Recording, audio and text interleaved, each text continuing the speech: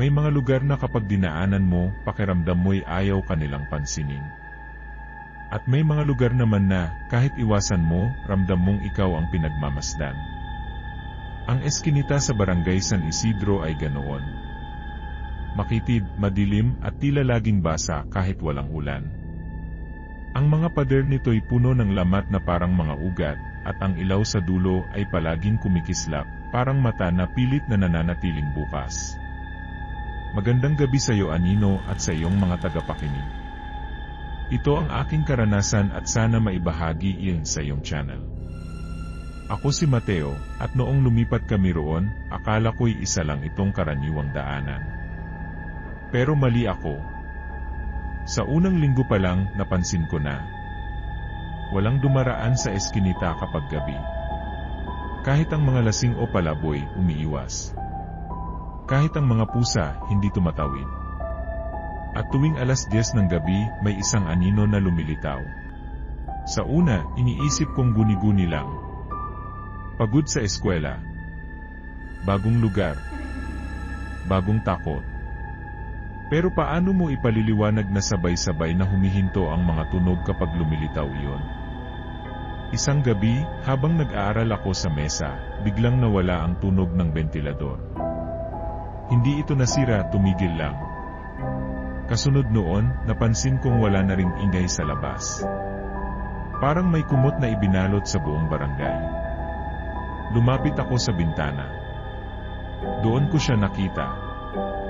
Ang anino ay hindi basta hugis ng tao. Mali ang mga proporsyon nito, masyadong mahaba ang mga braso, masyadong tuwid ang likod. At kahit walang mukha, ramdam kong nakatingin siya sa akin. Hindi siya gumagalaw. Pero unti-unting humahaba ang anino niya, umaabot hanggang sa paanan ng gusali. Isinara ko ang kurtina. Hindi ako nakatulog buong gabi. Kinabukasan, kinausap ako ni Luna. Siya lang ang tila hindi natatakot kapag nababanggit ang eskinita, pero halata sa mga mata niya na marami siyang alam. Hindi ka pa niya kinakausap, no? Tanong niya bigla. Nanlamig ang kamay ko. Sino? Ang anino. Tahimik kaming dalawa. Ayon kay Luna, hindi raw iisa ang nakakita rito. Sa bawat henerasyon, may isang taong mas napapansin ng anino. At kapag nagsimula na itong magpakita sa iyo, hindi ka na raw nito basta-basta bibitawan. Bakit ako? Tanong ko. Tinitigan niya ako ng matagal. Kasi marunong kang makinig. Mula noong gabing iyon, nagsimula akong managinip. Pare-pareho ang panaginip, naglalakad ako sa eskinita. Walang ilaw. Walang hangin. May naririnig akong mga yapak, hindi sa likod ko, kundi kasabay ko. At sa bawat panaginip, may notebook akong hawak. Isang umaga, paggising ko, may notebook sa tabi ng kama ko. Hindi ko maalala kung saan ito galing. Ang mga pahina ay puno ng sulat kamay na hindi akin. Mga pangungusap na putol-putol. Naririnig mo ba ako? Huwag kang lilingon. Kung aalis ka, sino ang maiiwan? Sinubukan kong isara ang notebook. Hindi ko magawa. Isang gabi, nawalan na naman ng kuryente. Pero sa pagkakataong ito, may ilaw sa eskinita. Hindi galing sa post, kundi galing sa mismong mga pader. Parang humihina ang mga ito, dahan-dahang kumikislap. Hindi ko na napigilan ang sarili ko. Bumaba ako. Habang papasok ako sa eskinita, napansin kong mas mahaba ito kaysa sa dati. Ang dulo'y tila lumalayo habang ako'y lumalapit. Ang mga yapak ko'y may kasabay kahit mag-isa lang ako.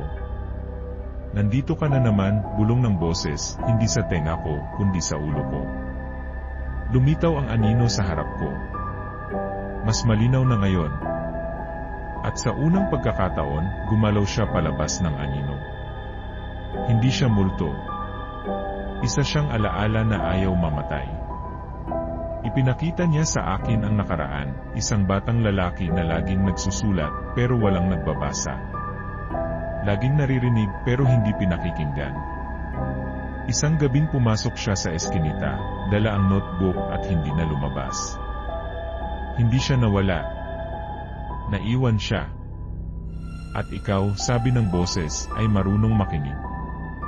Naramdaman kong bumigat ang notebook sa kamay ko. Mula noon, may mga gabi na nawawala ako sa oras. Akala ko'y ilang minuto lang akong nakatitig sa bintana, pero umaga na pala. May mga pahinang nadaragdagan sa notebook. Hindi ko maalala ang pagsusulat. At napapansin kong tuwing may bagong kwento, mas malinaw ang anino. Mateo, sabi ni Luna isang araw, nagbabago ka. Hindi ko siya sinagot. Dahil alam ko na ang totoo. Ang eskinita ay hindi kumukuha ng tao. Nagpapasa lang ito ng tagapagsalaysay. Ngayon, gabi na naman. Nasa bintana ako, hawak ang notebook. May bagong aninong nagsisimulang mabuo sa eskinita, mas maliit, mas pamilyar. Sa salamin, may nakikita akong refleksyon ko. Pero hindi ako ang nakangiti. Kung may mababasa ka mang notebook balang araw, at mapansin mong bukas ito kahit isinara mo, huwag kang magtaka. At higit sa lahat, huwag kang lilingon sa eskinita. Hindi ko namalayan kung kailan ako tumigil sa pagpasok sa paaralan. Sa simula, isang araw lang. Pagkatapos, 2. Hanggang sa wala nang nagtatanong kung nasaan ako. Kahit si Luna, hindi na dumadalaw. O baka dumalaw siya, hindi ko lang maalala. Ang notebook ay halos puno na. Hindi na ito basta sulat. May mga detalye na hindi ko naranasan, mga pag-uusap na hindi ko natatanda ang nangyari, mga pangalang pamilyar pero hindi ko kilala. At sa bawat pahinang nadaragdagan, mas bumibigat ang katawan ko, parang unti-unting hinihila ng lupa ang mga paa ko tuwing lalabas ako ng kwarto. Isang gabi, sinubukan kong huwag tumingin sa eskinita. Pero kahit nakapikit ako, nandoon pa rin ito. Oras na, bulong ng boses. Hindi na ako natakot. Bumaba ako nang walang dalang flashlight. Hindi ko na kailangan. Kilala ko na ang bawat bitak sa pader, bawat aninong gumagalaw kahit walang ilaw. Sa gitna ng eskinita, huminto ako. Ang anino ay nasa likod ko. O baka ako na ang anino. Iniabot ko ang notebook sa hangin. Hindi ko nakita kung sino ang kumuha, pero gumaan ang kamay ko. Gumaan ang dibdib ko. Sa unang pagkakataon matapos ang mahabang panahon, tahimik ang isip ko. Paglingon ko, may batang nakatayo sa dulo ng eskinita. Hawak niya ang notebook. Nakatingin siya sa akin, naguguluhan, takot. Gusto ko siyang sabihan. Gusto kong sumigaw. Pero wala ng boses ang mga alaala. Kinabukasan, may bagong lumipat sa apartment sa tabi ng lumang panaderya. Isang batang marunong makinig. Sa eskinita, may aninong nakatayo. Hindi na ito gumagalaw. Hindi na ito naghihintay. Nakatira na ito roon. At kung sakaling mapansin mong masyadong tahimik ang isang daanan, kung pakiramdam mo'y may kwentong gustong ipagpatuloy, mag-ingat. Dahil may mga wakas na hindi pagtatapos.